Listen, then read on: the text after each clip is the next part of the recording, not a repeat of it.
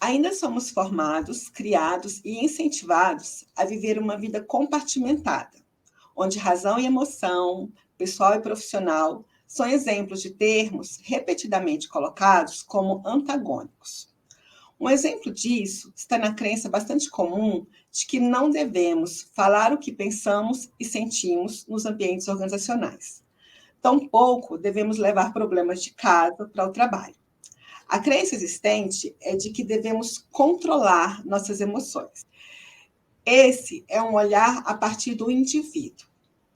Se olharmos na perspectiva das organizações, dentre tantos desafios, eu destaco aqui um imenso desperdício de conhecimentos, experiências e talentos, e a constante dificuldade para responder às mudanças que o mundo demanda com a velocidade necessária. A verdade é que não é nada fácil encaixar as organizações em um mundo de mudanças frenéticas, e mais difícil ainda é encaixar os seres humanos em diferentes caixinhas, como se fôssemos robôs, que podem ser desmontados, organizados em diferentes compartimentos e, quando necessário, montados novamente. Nós, seres humanos, somos seres complexos que vivem em relação. Sentindo a inadequação dos modelos de gestão amplamente encontrados nas organizações, Frederic Laloux publica em 2014 o livro Reinventando as Organizações. Nesse livro, o autor apresenta 12 organizações pioneiras que parecem trabalhar de forma mais adequada aos novos tempos. A obra de Laloux nos ajuda a refletir sobre para onde o mundo do trabalho está indo, e pode ser vista como um convite para as pessoas e as organizações explorarem novos modelos focados em autogestão. Hoje, eu tenho o privilégio de conversar com um dos patrocinadores da publicação do livro aqui no Brasil, Oscar Calderon Prager. Coach ontológico e consultor empresarial, Oscar atuou por muitos anos no mercado de telecomunicações com grandes multinacionais. Nascido em Lima, no Peru, mas morando em São Paulo desde 95, ele é sócio fundador da Conexar, onde ajuda as organizações a desenharem um caminho refletido, autônomo e sustentável, que as ajude a obter os resultados que almejam. Neste papo, ele vai falar com a gente sobre conceitos como integralidade, autogestão e propósito evolutivo, apresentados por Frederic Laloux no livro Reinventando as Organizações. Ele vai também compartilhar conosco um pouco sobre a jornada TIL, um jogo corporativo desenhado para ajudar as empresas a serem aquilo que precisam ser. Oscar, muito, muito obrigada por você estar aqui com a gente hoje. Eu que agradeço, e Ana Cristina, eu queria dizer que é bonita a introdução que você fez aí, tudo que você falou chegou e falou muito bem aqui. Obrigado por essa oportunidade e vamos lá conversar um pouco sobre tudo isso que você falou. Estou animado. Legal, Oscar. Oscar, eu costumo sempre começar as entrevistas assim com a mesma pergunta, porque eu penso sempre que o que a gente faz hoje, né, não é uma coisa que surgiu do nada, né? Se você faz o que você faz e toda a sua relação com o livro, o trabalho que vocês fizeram e ainda fazem, e o trabalho na Conexar, enfim, é a partir de uma caminhada. E aí eu queria pedir para você falar um pouquinho dessa caminhada, um pouquinho sobre você, né? Quem é você, essa pessoa com quem a gente vai conversar aqui hoje? Conta para a gente. Você falou um pouquinho já, não sou brasileiro, sou peruano, nasci lá no Peru e eu estudei lá, me formei como engenheiro eletrônico lá no Peru e depois trabalhei por um tempo lá e vim para o Brasil para fazer o mestrado, aprofundar mais ainda na área da eletrônica. Fui fazer um mestrado na área de microeletrônica, que é aquela área que desenha circuitos integrados, chips, né? Então, eu entrei fundo aí no desenho de transistores e tal. Foi uma época muito boa, muito bacana da minha vida, onde eu satisfiz bastante o ego do engenheiro que eu tinha dentro, né? Fui até o fundo da engenharia eletrônica, foi bem legal. E foi assim que eu cheguei ao Brasil, para fazer esse mestrado e acabei, depois disso, ficando por aqui. Estou no Brasil, como você disse, desde 95, já estou mais tempo morando no Brasil do que no Peru. E passei por todo esse processo de entrar ao mercado, não quis continuar uma carreira acadêmica naquela época, eu não parti para o doutorado, eu fui para o mercado, trabalhei no mercado de telecomunicações, mas rapidamente eu acabei indo para a área de vendas, eu sempre gostei muito do convívio com pessoas, de conversar, então eu era um engenheiro um pouco diferente, era um engenheiro que gostava aí das relações também, então eu acabei rapidamente partindo para a área de vendas, né? As vendas que eu fazia eram vendas técnicas, afinal de contas eu tinha que convencer outros engenheiros no mundo de telecomunicações, que é o mundo onde eu trabalhei bastante, e foi nesse trabalho, nesse momento aí que eu encontrei bastante assim, a vontade para me relacionar e surfava muito bem no mundo no mundo corporativo, né? Eu estou falando isso porque depois a gente vai entrar um pouquinho nessa virada, né? De como que é estar desse lado e como que está do outro lado. Eu acabei saindo em 2015, fiz uma virada. Na realidade, eu entrei numa lista de cortes, um momento em que aqui no Brasil e no mundo entramos numa crise e as vendas de soluções de telecomunicações então foram caindo, e a metade da equipe aqui do Brasil trabalhava numa empresa israelense, mas na filial aqui no Brasil, a metade foi embora, eu fui junto nessa metade, fiquei pensando então naquele momento o que eu faria. Queria voltar inicialmente, mas depois pensei que talvez fosse uma boa oportunidade para fazer uma mudança. E foi nesse momento em que comecei a ver outra coisa, né? Eu fui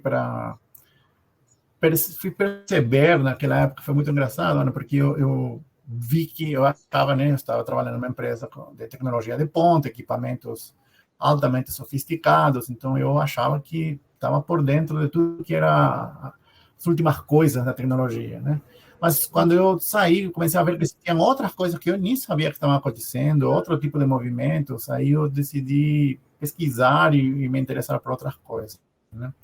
Foi nesse momento em que eu fiz uma guinada, eu virei, então, um pouco a chave, fui estudar outras coisas, trabalho hoje na Conexar, como você falou, minha sócia, que é minha esposa, e trabalhamos com mais gente, mas ela é formada em psicologia e trabalha numa área com uma metodologia que chamou psicodrama, que também trabalha muito com grupos. Então, ela tem um trabalho clínico, mas também já trabalhava com grupos, em organizações, mas no trabalho mais sobre demanda, né?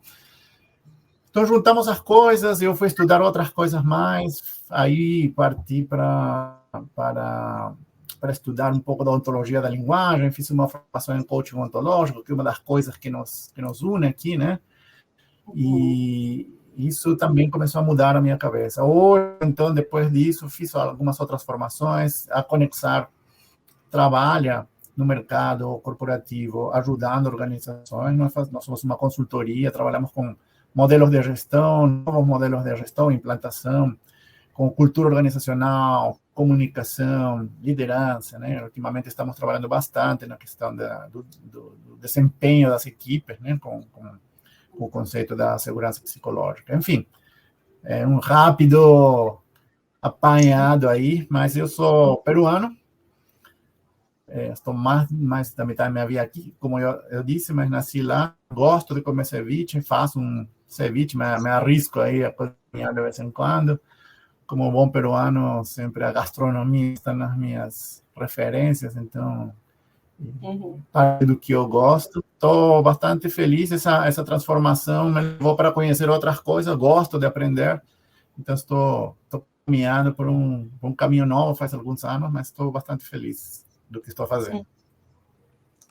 Bacana, Oscar, que você já é bem brasileiro também, né? É um peruano que já é bastante brasileiro também. O Brasil me recebeu muito bem, eu me acostumei muito bem aqui, gosto bastante. Legal. Oscar, e você já até começou a falar um pouquinho da Conexar, e aí eu vou pedir para você falar um pouco mais. O que é, então, a Conexar? Qual que é o propósito da organização? Onde que fica? O que vocês fazem? O que é a Conexar? Fala para a gente.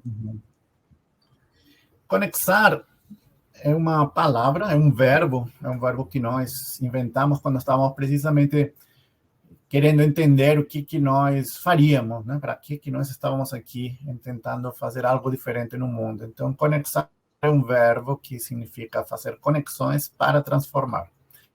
Então, esse é nosso propósito, fazer conexões, ajudar organizações, ajudar pessoas, que são quem compõem as organizações, a fazer aquelas conexões que estão sendo necessárias. Né? Podem ser conexões com novos insights, com conhecimento, conexões com outras pessoas, conexões com outras organizações, mas sempre um tipo de conexão que te leva a uma transformação. Por isso que a gente fala de conexar, não é fazer qualquer conexão, é fazer uma conexão que te leve a transformar alguma coisa, mudar algo que precisava ser mudado. Então, nesse intuito, esse é o nosso propósito, sempre tentamos ajudar dessa maneira e estamos tentando a nós mesmos nos ajudar a fazer novas conexões que nos transformem o tempo inteiro. A gente ajuda organizações, estamos em São Paulo, mas trabalhamos onde for necessário no Brasil e também com equipes internacionais, né? Latam, principalmente desde antes da pandemia já fazíamos muita coisa online, mas na pandemia a gente teve a oportunidade aí de encontrar empresas que estavam precisando trabalhar, as suas equipes não podiam mais viajar, não podiam se encontrar, então trabalho de fazer treinamentos online na América Latina, fizemos aí com várias empresas. Então temos clientes, inclusive fora do Brasil, algumas multinacionais, que têm equipes aqui, que têm equipes fora, né? Trabalhamos com esses conceitos de novos modelos de gestão, que vamos conversar um pouco mais, que a Lu nos trouxe no livro, mas esses assuntos que eu mencionei antes, né? Comunicação entre equipes, desenvolvimento de liderança, a gente utiliza algumas referências, uma delas é, então, a ontologia da linguagem, então falamos muito sobre quais são as narrativas que constroem, ou que podem construir novos mundos para as pessoas, para as organizações, ou quais são as narrativas que estão impedindo que algo novo aconteça, né? Existe uma narrativa que talvez não está deixando que coisas aconteçam. Então, trabalhamos muito com essa questão da linguagem como utilizada. Trabalhamos também com outra referência grande, que é o psicodrama, que é uma metodologia que foi desenvolvida por Jacob Levi Moreno, já mais de 100 anos atrás, e ele era um visionário, ele era um romeno que mudou para os Estados Unidos e ele começou a trabalhar com o conceito que hoje para nós é tão comum, por exemplo, de redes sociais. Ele falava de redes sociais lá faz um século, né? Tem livros dele publicados onde ele fala desses conceitos. Lógico que não existiam as tecnologias que existem hoje, mas ele já fazia todas essas conexões que existem entre as pessoas, essas relações, desenvolveu toda uma teoria sobre isso, né? E o psicodrama é algo que saiu como resultado de tudo isso, que hoje existe o psicodrama, é conhecido também o sociodrama. O psicodrama trabalha um pouco mais com as questões individuais e mais profundas do ser. Sociodrama com os papéis que as pessoas desempenham nas organizações ou nos grupos, né? Existe a sociometria, que é essa ciência que faz, então, a medição das relações existentes num grupo. Então, existe toda uma teoria para isso. Então, é outra das nossas referências bastante forte, o psicodrama e o sociodrama, né? E temos outras coisas que nos acompanham, mas principalmente com essas duas, e a gente acaba ajudando, então, organizações. Fazemos processos de coaching, como eu te disse, formei também em coaching ontológico, ajudamos, então, a equipes e pessoas nesse trabalho de desenvolvimento também de um fazer refletido, né, como o coaching ontológico propõe. Então, é isso que a Conexar faz. Estamos em São Paulo, mas disponíveis aí para o Brasil inteiro. É interessante realmente o nome, Conexar, né? Oscar, você falando aí, me vem até o que eu mencionei logo no início aqui, que a gente vive em relação. Então, já que vocês trabalham ajudando as organizações nesse processo de transformação, né? Só é possível transformar em relação, né? Então, é conexando mesmo, como vocês mesmos colocam, né? Então, exatamente. por aí. Perfeito. Isso aí, essa é uma das bases que o psicodrama traz, né? A gente só existe em relação. Eu só uma coisa porque eu tenho um papel em relação a você, por exemplo, aqui. Nós estamos participando de uma entrevista, né? Você está me entrevistando, então eu sou entrevistado porque você é uma entrevistadora. Então, e assim para todo, né? Nas nossas relações, a gente só existe porque existe uma relação. Muito legal. Aí a coisa é bem profunda, né? Se deixar a conversa por aí, a gente vai ficar horas só nesse. Oscar, e aí vamos começar a pegar agora um pouco mais a questão do livro, né? Okay.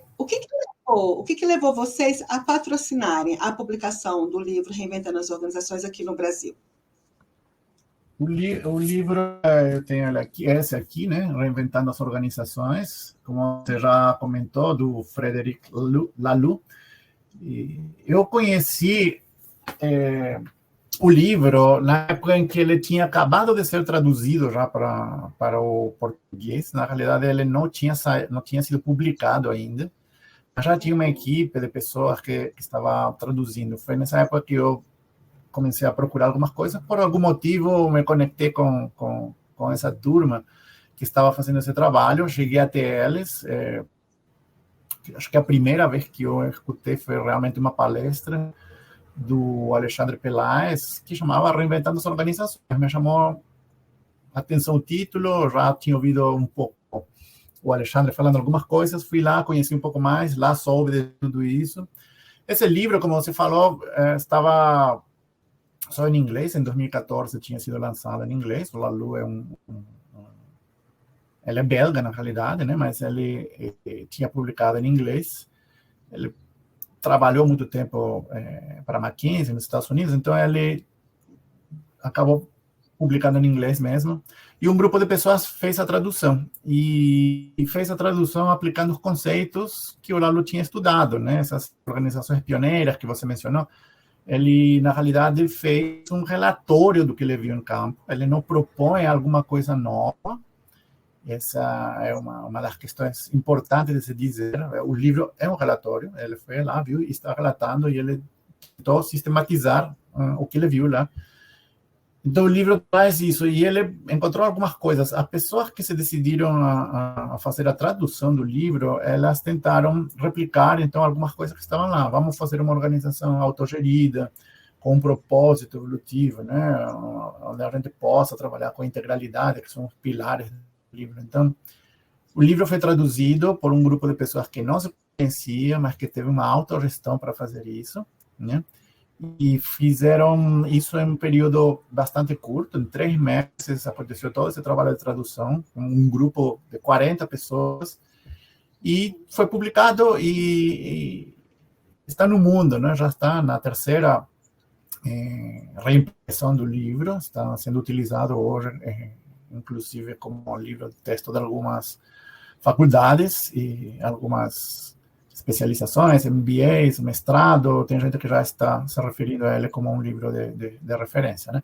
E nós conectamos muito com essa ideia de poder reinventar esses modelos de gestão. O livro traz, então, exemplos de empresas que decidiram trocar aquele modelo tradicional, hierárquico, aquele modelo que nós crescemos entendendo como um modelo que te levaria a um sucesso, né? Por modelos alternativos diferentes de se organizar, mas que também trazem bons resultados e deixam as pessoas com uma possibilidade muito maior de se expressar no mundo, né? De poder ser protagonistas da sua vida e do trabalho.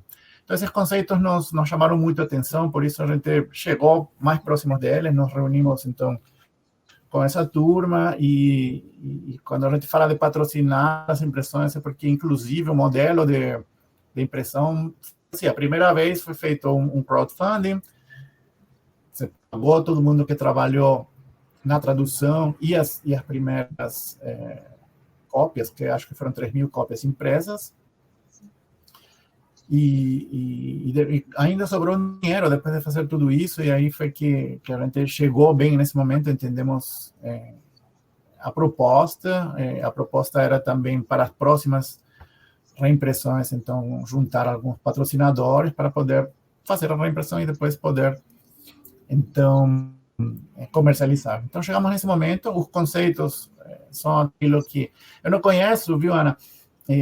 Até o momento não encontrei ninguém que me falasse assim, poxa, li o livro e acho que não tem nada a ver. Eu achava no início meio estranho todas essas ideias, mas depois de ler eu compreendi que existem e ressoava muito comigo. Então a maior parte das pessoas fala isso. Puxa, alguém conseguiu colocar em preto e branco aquelas coisas que estavam na minha cabeça. Então, mais ou menos essa ideia e isso que nos levou. Acho que tem alguma coisa aí que vale a pena ser dita. Então, por isso que estamos no movimento aí faz algum tempo. Isso foi por volta de 2018, né, Oscar? Foi nesse período? Sim, 2018.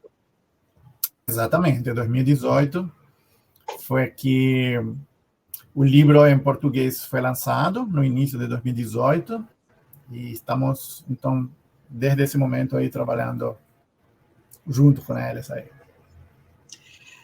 Oscar, e o livro ele traz assim de um jeito, pelo menos quando eu li, fiquei com essa sensação, de um jeito didático, simples, algumas coisas que poderiam ser tratadas de maneira muito complicadas, e ele não traz de uma maneira complicada, me parece que ele traz de um jeito mais objetivo, né? E que faz sentido. Né? Acho que principalmente para quem já tem alguma experiência, já passou por várias coisas e tudo, acaba se enxergando ali também, né? Acaba se percebendo, né? Dentro do livro. Acho que talvez até por isso que ele mexe assim. Eu queria pedir para você, porque ali o Lalux traz a questão dos estágios de consciência, né? Estágios de consciência das organizações, ele apresenta isso. Você pode falar para a gente um pouquinho sobre esses estágios de consciência? Ele fez o seguinte, ele era um consultor da McKinsey, como eu falei, e ele via que nas organizações alguma coisa estava errada, alguma coisa estava acontecendo com esses modelos existentes, que as pessoas estavam ficando doentes, né? Tem muita gente entrando em burnout, tem muita gente insatisfeita, e ele pensou que não deveria ser a única coisa existente no mundo, que deveria haver outras coisas. Aí ele encontrou essas empresas ao redor do mundo, de diferentes nichos de mercado e de diferentes tamanhos, mas todas empresas que tinham já pelo menos 5 anos de vida, não eram startups que estavam começando, empresas que tinham mais de 100 funcionários e que estavam tendo bons resultados. E ele fez uma relação com o que viu e com os estudos do Ken Wilber, principalmente, prévios, que Ken Wilber, então, fala também de estados da consciência humana. Então, ele fez um paralelo e colocou os estados da consciência organizacional. Então, ele fala de estágios que normalmente as organizações vão passando e cada vez que vão adquirindo mais consciência de algumas coisas, elas vão mudando seus comportamentos, né? Consciência aumenta, eleva o grau de consciência, de conhecimento, e passam a fazer coisas que antes não faziam. Não abandonam necessariamente o que vinham fazendo, mas vão incorporando novas coisas. Então, os estágios, como o Ken Wilber já utilizava um código de cor para os estágios, ele utilizou também um código semelhante, e ele fala de empresas, então, que têm diferentes estágios pelas seguintes cores, né? Vermelho, âmbar, laranja, verde e o teal, que é o estágio que ele viu que está emergindo, que era isso que ele queria saber se existia, né? O teal é uma cor em inglês, que é um verde azulado, mais ou menos, não sei se vai dar para ver direito, mas no livro está, mais ou menos um azul esverdeado, um verde azulado, não tem uma única palavra exatamente para essa cor em português, né? Então se manteve a palavra em inglês, teal, né? Mas é uma cor. Então as empresas, então as organizações, elas passam por esses estágios. O estágio vermelho é um estágio que tem ele faz algumas analogias, né? A analogia nesse caso aí são empresas que trabalham mais como gangues, onde tem uma pessoa que é quem manda, que decide as coisas e os demais estão em torno dessa figura, né? São empresas que pertencem normalmente a alguém, um dominador, uma pessoa, então tem um estágio bastante comercialmente agressivo, são empresas que estão muito rápidas para fazer as coisas, mas elas não se preocupam muito com todo o demais, né? Uma organização do estágio âmbar, que é o próximo estágio, né? O âmbar é um avanço de consciência organizacional, no sentido de que já não é mais uma pessoa, mas agora são papéis que são estabelecidos. Então, não é uma organização de um dono, não é uma organização de uma pessoa que decide, mas são os papéis. Então, os papéis podem ser desenvolvidos por pessoas que podem passar ao longo do tempo por esses papéis. Então, são organizações que têm bastante hierarquia, como, por exemplo, o exército é a figura principal, né, que é a característica desse tipo de organizações, ou, inclusive, instituições religiosas, ou até inclusive escolas tradicionais, que têm sempre uma hierarquia muito estabelecida, e nós vemos organizações que trabalham nesse modelo também. O próximo estágio de consciência organizacional, que é o laranja, é o que hoje, mais ou menos, está aí presente na maior parte do mundo, que é o que domina, que é um estágio onde as organizações se entendem mais como uma máquina, né? Como engrenagens que funcionam, são peças e permitem funcionar de uma maneira que tem bastante agilidade, inovação, né? Existe o conceito de meritocracia, então não é mais uma questão só de hierarquia e de papéis que muitas vezes poderiam ser hereditários, mas agora, se a pessoa por mérito consegue, então tem o direito de poder usufruir de algumas coisas, né? Então se instala muita inovação, né? E um desejo de crescimento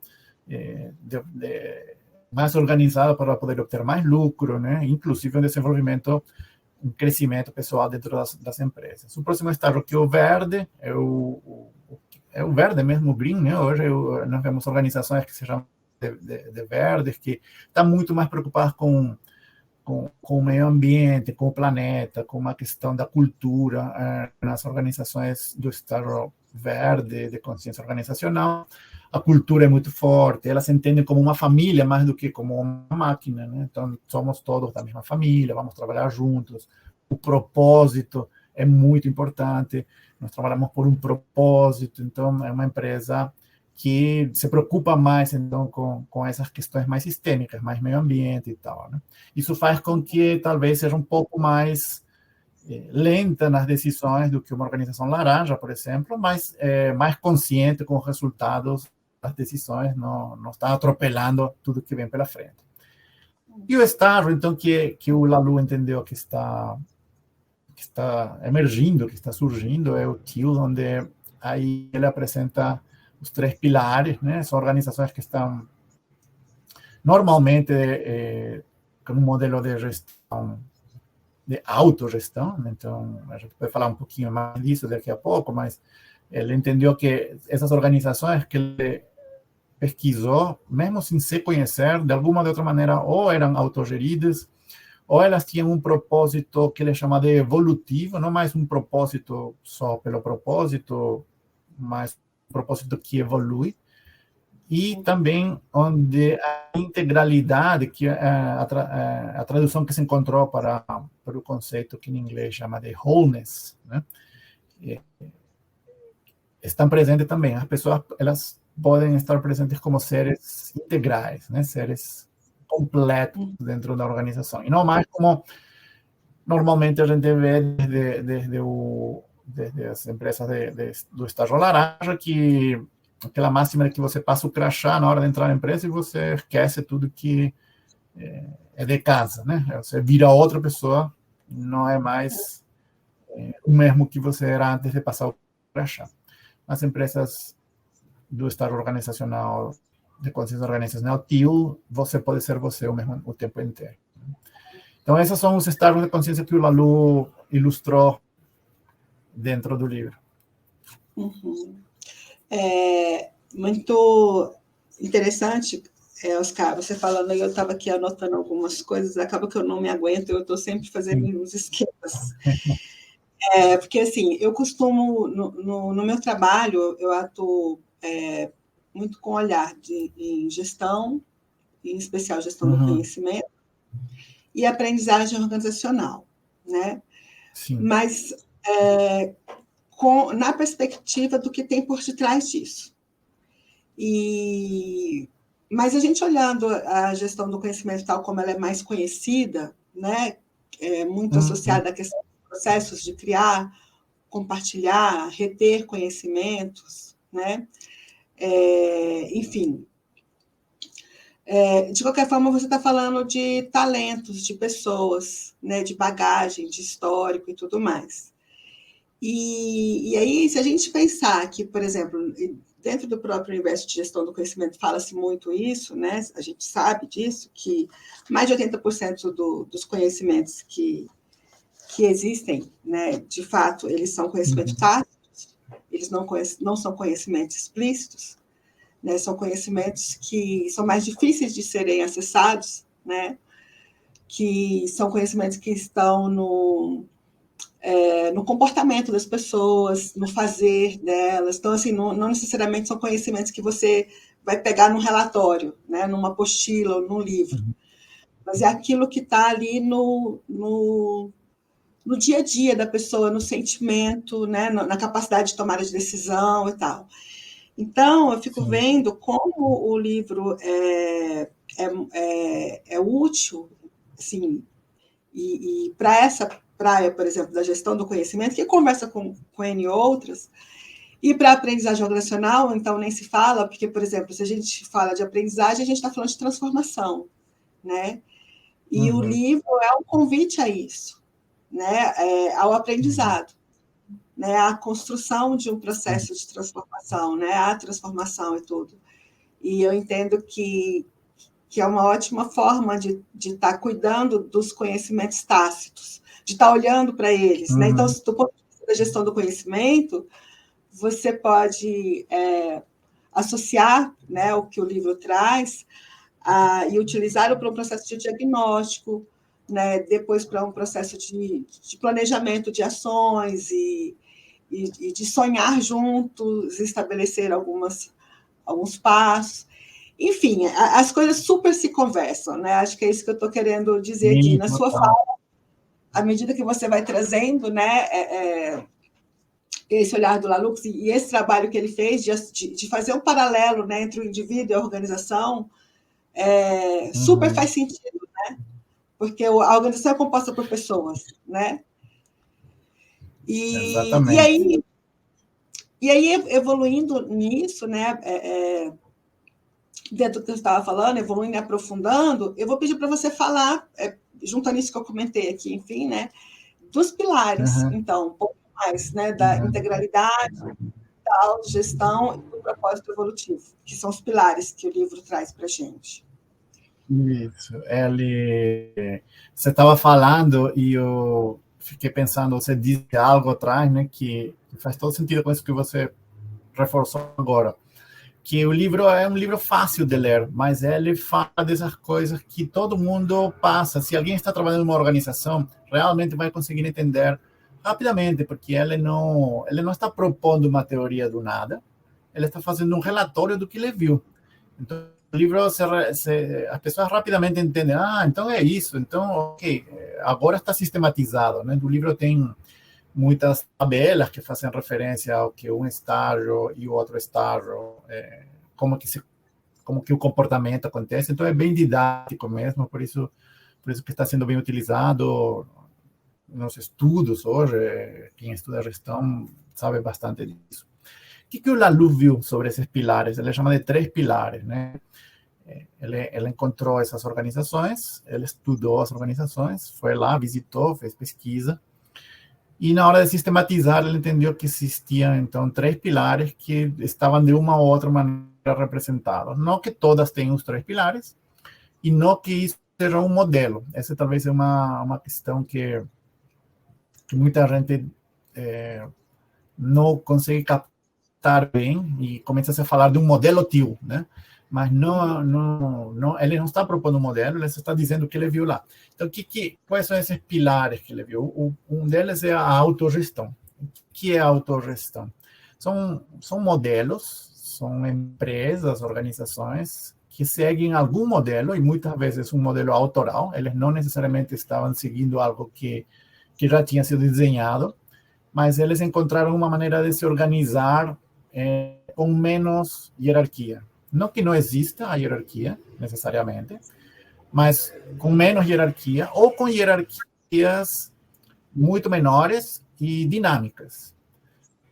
Então, em algum momento, existem líderes e pessoas que trabalham junto com esse líder, mas dinâmica no sentido de que as empresas podem se organizar através de vários modelos, por exemplo, em lugar de uma pirâmide, que normalmente é um modelo hierárquico, né, onde você tem que ir subindo na pirâmide para ter o poder, são modelos mais circulares, onde o poder está distribuído, então não existe o poder numa única pessoa, num grupinho lá em cima, e o que está embaixo da pirâmide não tem nenhum poder para tomar decisões, estou falando, né, e também, inclusive, para um retorno financeiro. Modelos um pouco mais circulares e mais horizontais, o poder está distribuído. Então, as decisões são tomadas por aqueles que realmente têm a capacidade de tomar decisão para determinados assuntos, e não simplesmente alguém que, teoricamente, tem que saber de tudo. Então, aquele que está no dia a dia é quem pode tomar decisões, e, às vezes, essas hierarquias, elas mudam. Eu sou líder numa equipe, mas na outra equipe eu também estou colaborando e não sou mais o líder. Então, não existe esse desejo, essa ânsia de dominar, de crescer, mas sim de colaborar. Então, na autogestão, você distribui o poder, você permite que as pessoas, então, exerçam o que eles têm de melhor, o seu conhecimento, coloquem em prática tudo que foi aprendido, e que, inclusive, façam isso de uma maneira organizada, né? Não é simplesmente, agora não tem chefe e seja o que Deus quiser. Muitas vezes existem rituais e papéis e coisas que têm que ser desempenhados de maneiras muito explícitas, mas são desenhados pela própria organização. Então, que papel novo necessitamos, o que esse papel tem que fazer, e esse papel vai falar com quem, como que faz. Então, algumas dessas organizações, por exemplo, estabelecem acordos que são bilaterais. Eu tenho um acordo com aquele a quem eu tenho que entregar alguma coisa, e mais um acordo com aquele que tem que entregar algo para mim. Então, eu posso negociar com essa pessoa diretamente, com esses papéis diretamente, né?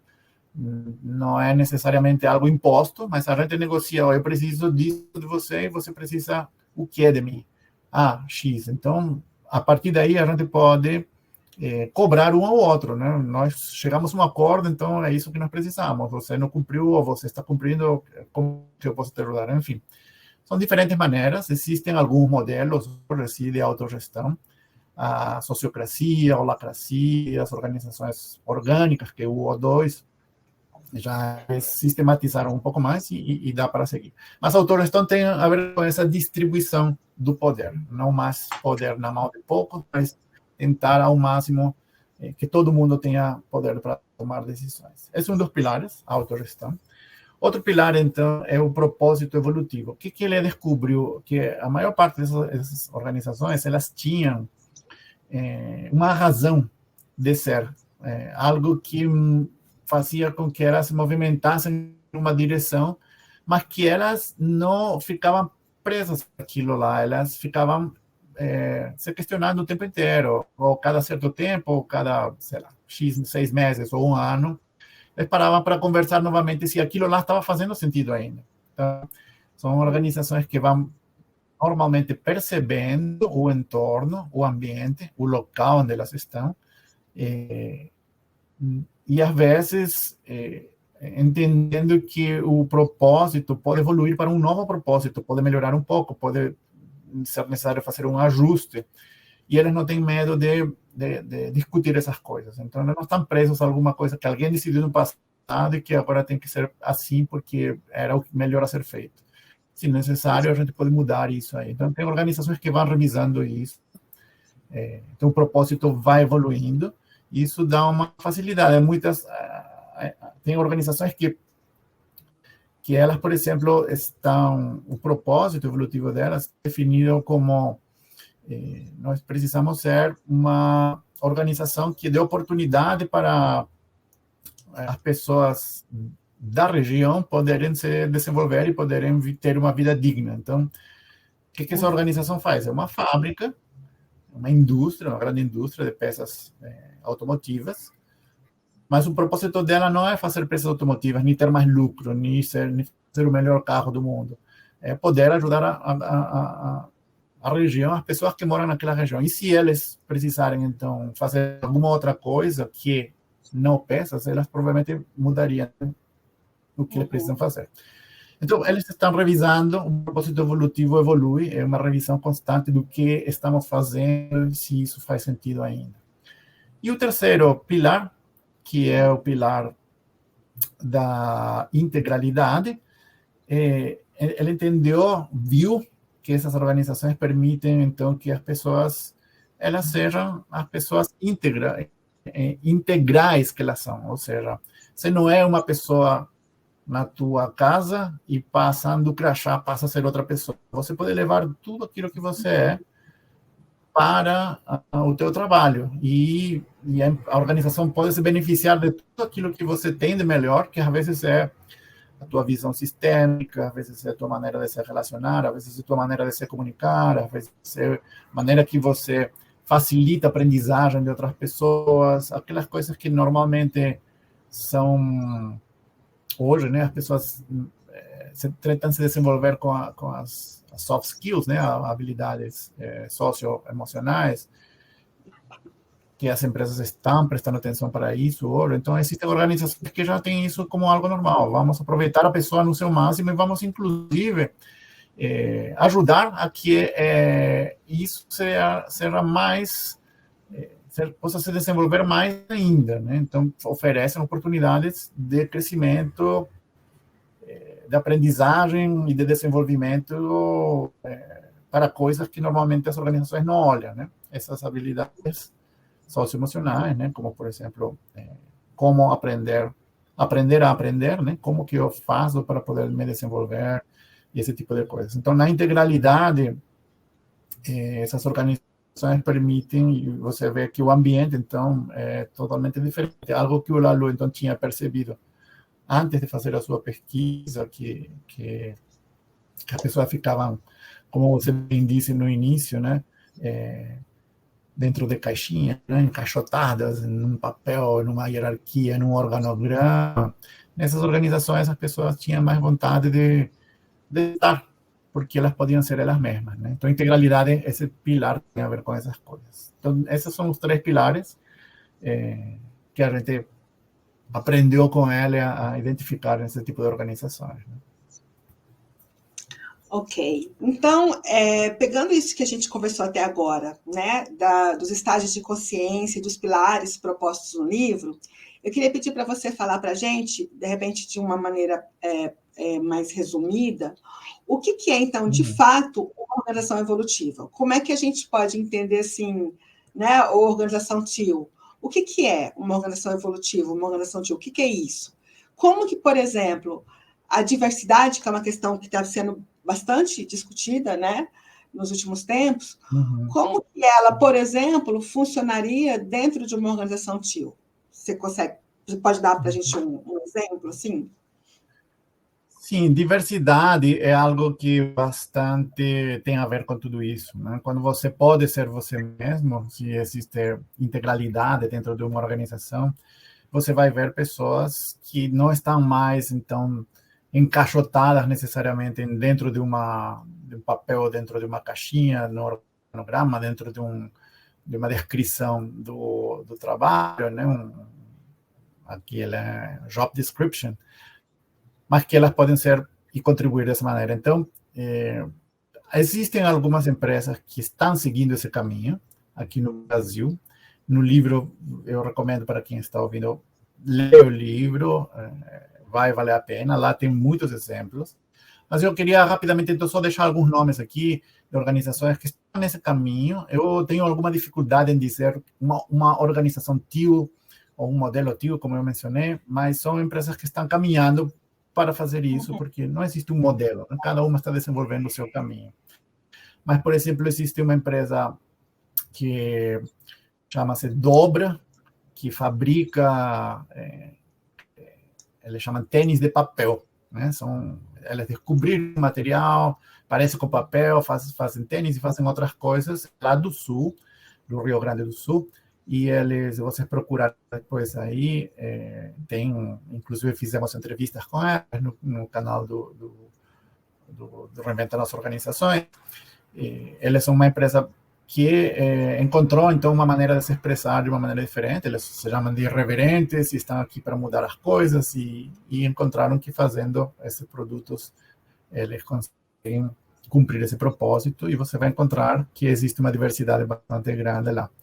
Existe uma empresa bastante conhecida também, que é a vagas.com. Ela é uma empresa de tecnologia, mas ela está nesse mercado aí de encontrar empregos, conectar quem está procurando emprego com quem está precisando contratar alguém, né? Mas eles fazem isso tudo com muita tecnologia, uma empresa de tecnologia, e elas têm uma organização bastante horizontal, tem bastante... Não existe uma hierarquia, trabalham muito com consenso, então é outra empresa boa para vocês pesquisarem também. Vagas, existe a Pormad, uma fábrica também lá do sul, que faz madeiras, portas de madeiras, a Pormad. A Mercur é uma empresa, talvez vocês vão lembrar, ela faz ainda, né, aquelas borrachas verdinhas que a gente utilizava para apagar as coisas que escrevia a lápis. Eles fazem produtos, então, com borracha. Eles são uma empresa centenária já, mas eles estão se transformando já faz mais de 20 anos, estão transformando toda a cadeia de produção, a cadeia de produtos, né? A borracha que eles utilizam, eles estão mudando todo o conceito de como é que isso que funciona, os fornecedores, a extração, é muito interessante, e também a hierarquia. Então, existem várias empresas no Brasil que estão seguindo um caminho de uma ou integralidade, ou autogestão, ou um propósito evolutivo, e a diversidade está presente. Você, em todas essas organizações, vai encontrar que as pessoas conseguem se expressar e não existe mais essa necessidade de cumprir necessariamente um papel.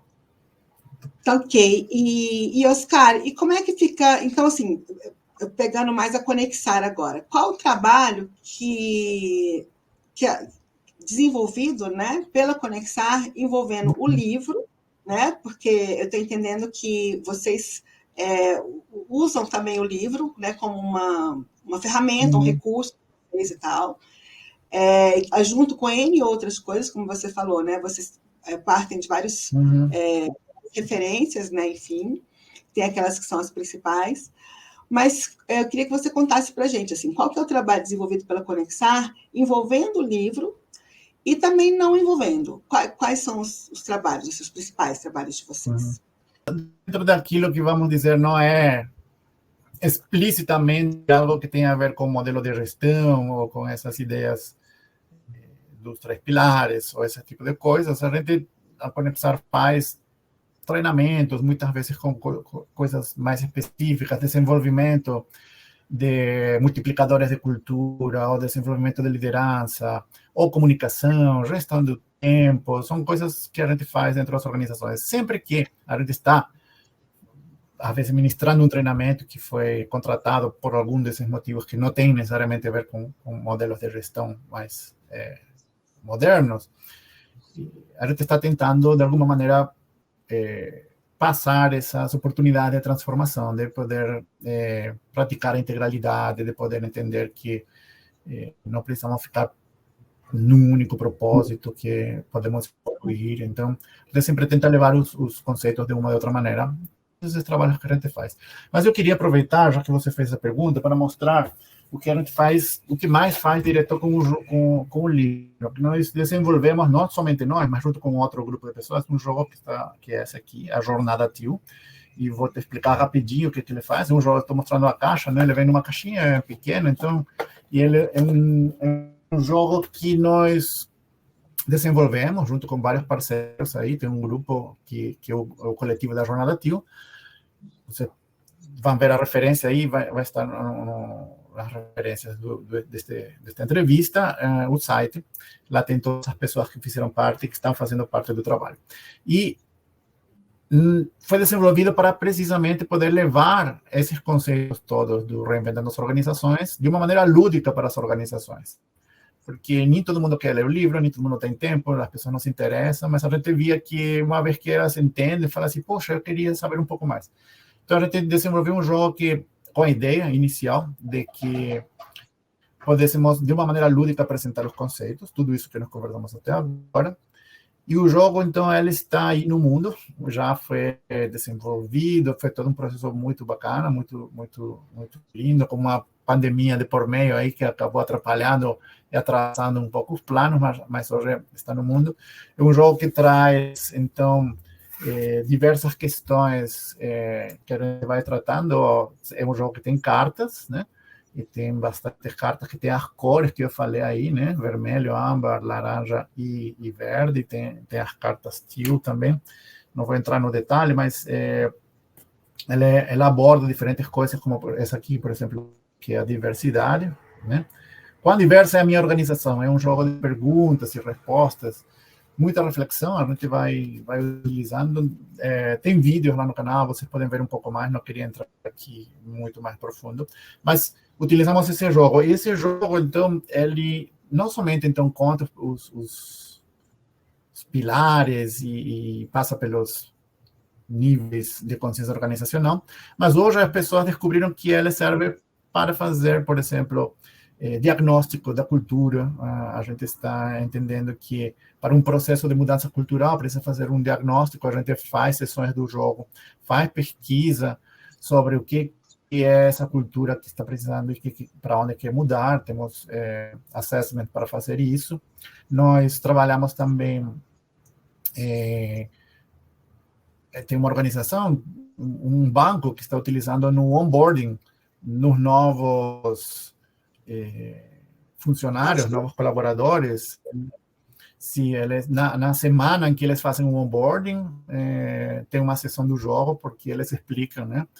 O Sicredi está lá no site também, e eu não mencionei essa organização, mas é uma empresa que também está querendo, é um banco, né? Uma cooperativa, mas trabalha no mercado financeiro, também é antiga, e ela está também mudando, imagina, um banco nessa área, mudando seus conceitos já faz um tempo, e eles estão aplicando, então, para que os novos colaboradores entendam, uma sessão do jogo, eles podem entender, então, como que é a cultura, como que acontecem a tomada de decisão, como são as conversas, que é um jogo de muita conversa, de muita reflexão, de muitas perguntas. Então, as pessoas precisam se colocar, então elas entendem como que é possível se colocar, ter uma integralidade naquele lugar. Então, o Jornada Teal, podem entrar depois no site, ele conta muito de como que uma empresa, uma organização pode olhar para si mesma de uma outra maneira e com mais reflexão. Então, é um pouco no que a gente está fazendo com o livro, tem a ver bastante com o jogo, o Jornada Teal. Muito bacana. E aí super ajuda nessa parte realmente de onde eu estou, para onde que eu posso caminhar, né? Enfim, ali. E como, né? Como, porque o como faz toda a diferença, né, Oscar? Nesse processo, né? Já que a gente está falando de estar implantando esses pilares, né? Mudando uma forma de um comportamento, né? Do indivíduo e da organização, já que a organização é composta pelas pessoas. Deixa só te interromper, porque o como que você está dizendo, a gente tenta, então, dar essa esse protagonismo para as pessoas da organização, né? Então, e como que a gente faz? Então, como nós vamos descobrir agora juntos, né?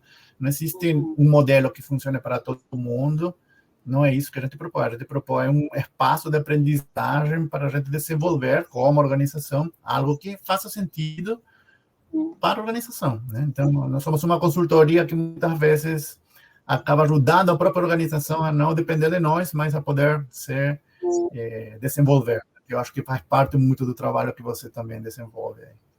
Vocês não estão levando a solução, vocês estão ajudando ela a construir, né, esse processo, na verdade, né? Oscar, e dentro desse caminho aí, desse trabalho que vocês fazem, que é bastante desafiador, mas que com certeza é belíssimo, como que vocês veem, assim, quais são os principais desafios que vocês veem, assim, que mais frequentemente são encontrados ao trabalhar esses pilares? Porque esses pilares, no meu ponto de vista, eles estão mexendo com crenças organizacionais que são derivadas de crenças das pessoas. Então, assim, tem tudo a ver com uma formação, um jeito de se atuar, de atuar no mundo, a forma como a pessoa conseguiu sobreviver até ali, né? E aí, esses pilares, eles de alguma forma super cutucam nessas coisas todas.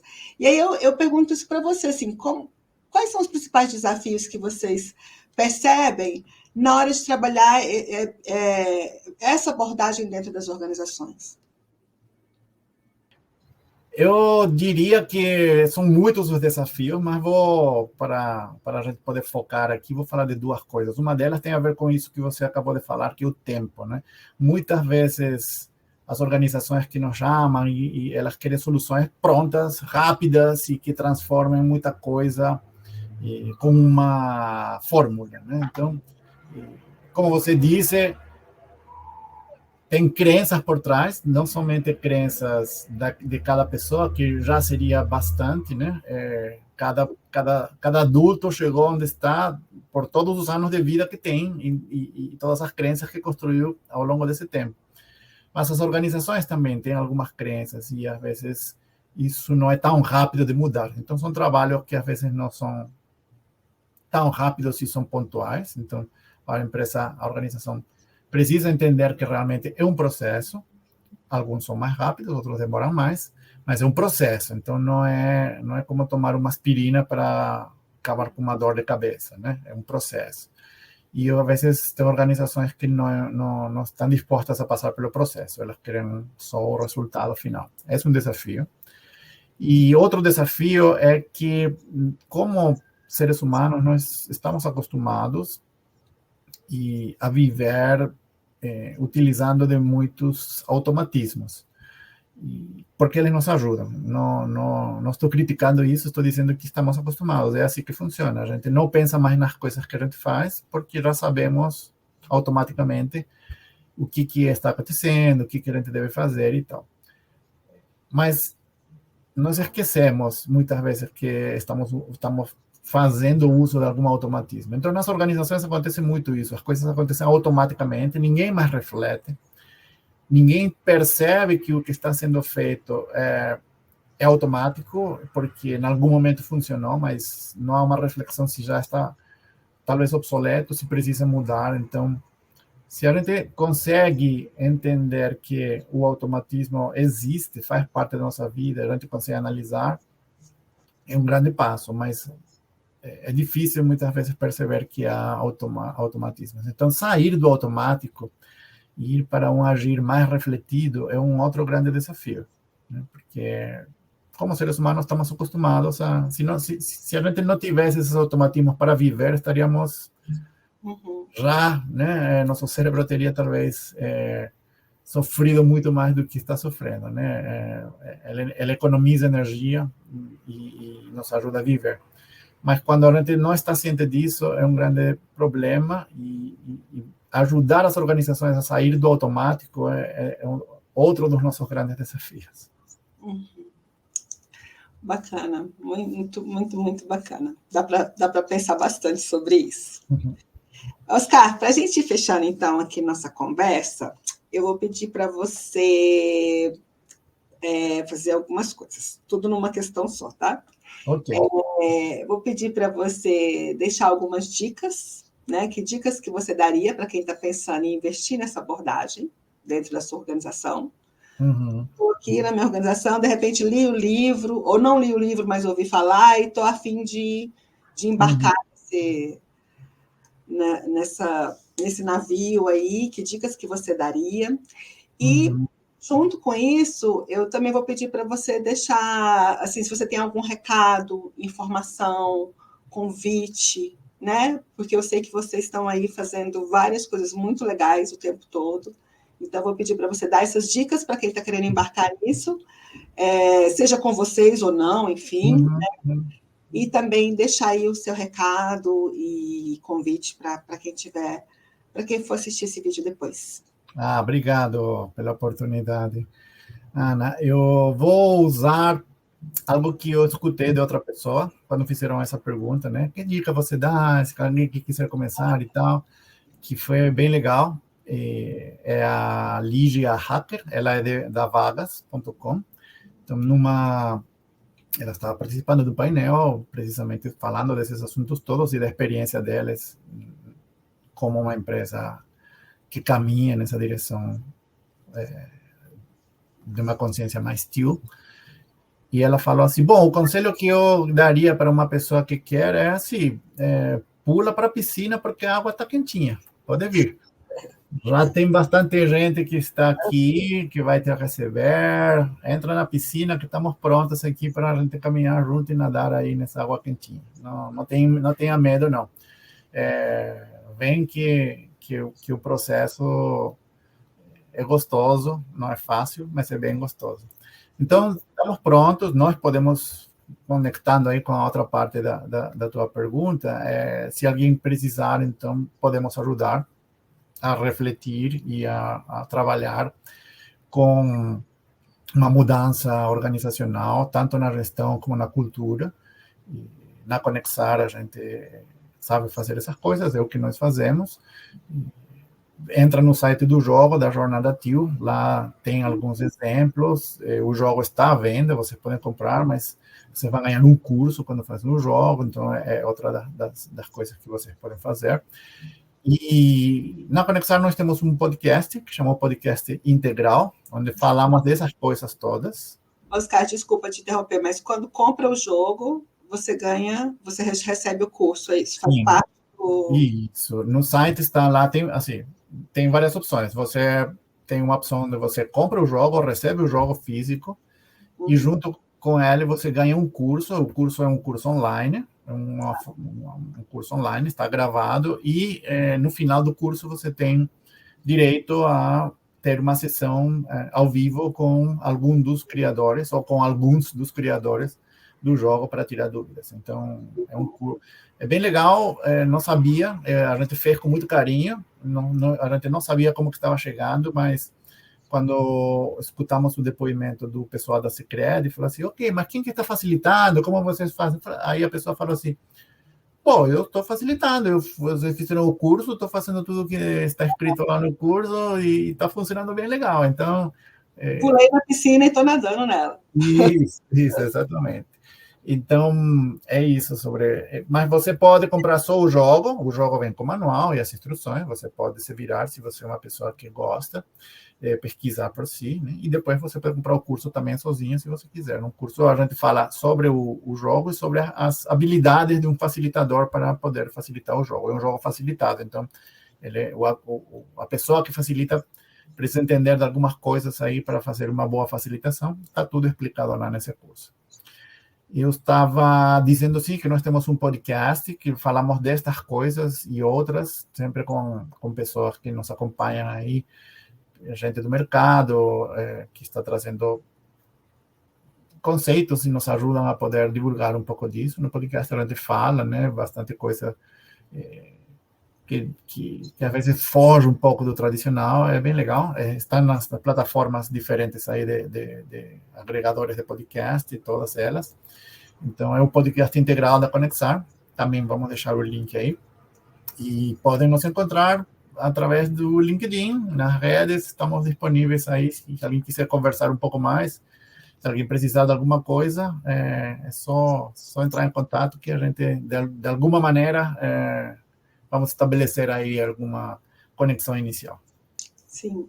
E, assim, o podcast, eu sempre, né, escuto, já tem um tempo, e eu acho muito legal. São pequenas gotas, assim, de conhecimento mesmo, que fazem muito sentido, né, que são bem agregadores. E aí, até aproveitando para pontuar, que lá tem, né, papos que são só sobre um pilar, né? Sim. Aí só sobre integralidade, tem um outro só sobre autogestão. Isso, a primeira vez que eu escutei, assim, eu achei bem, bem legal, porque ajuda você a fazer várias associações com o que você leu no livro e tal. Depois escutei de novo até para a gente marcar essa conversa aqui, enfim. Sim. Então, Esses episódios, desculpa, nós contamos com a Tiane Martins, ela foi nossa entrevistada, que foi uma das pessoas que participou da tradução do livro e do movimento todo da tradução, não somente como tradutora, mas da organização toda. Então, ela está bem por dentro dessas coisas e ela maravilhosamente nos explicou cada um dos pilares. Cada um dos pilares tem um episódio, então é como você falou, bem, bem bacana. É bem gostoso mesmo de escutar. Então tá, Oscar, vai estar tudo na descrição aqui, porque são, né, espaços, né, de troca de conhecimento, e cada um vai usando de acordo com o que faz sentido para a pessoa naquele momento, né? E eu te agradeço novamente, Oscar, pela sua disponibilidade. Tá? Foi muito gostoso para mim, é sempre um aprendizado, e a gente continua em contato. Eu que agradeço, Ana Cristina. Eu me sinto assim feliz de poder conversar com você. Eu aprendi um pouco a entender como você está juntando as coisas nos seus trabalhos aí, desde que a gente passou a se conhecer um pouco mais. Queria te agradecer essa grande oportunidade de estar aqui com você, de chegar ao público que você chega, de agradecer todo mundo que ficou até aqui nos escutando. Se você gostou, então alguma coisa tem a ver com você, então vamos continuar conversando. Mas estou muito feliz e muito grato. Obrigada, Oscar. Muito obrigada. Até a próxima. Até a próxima.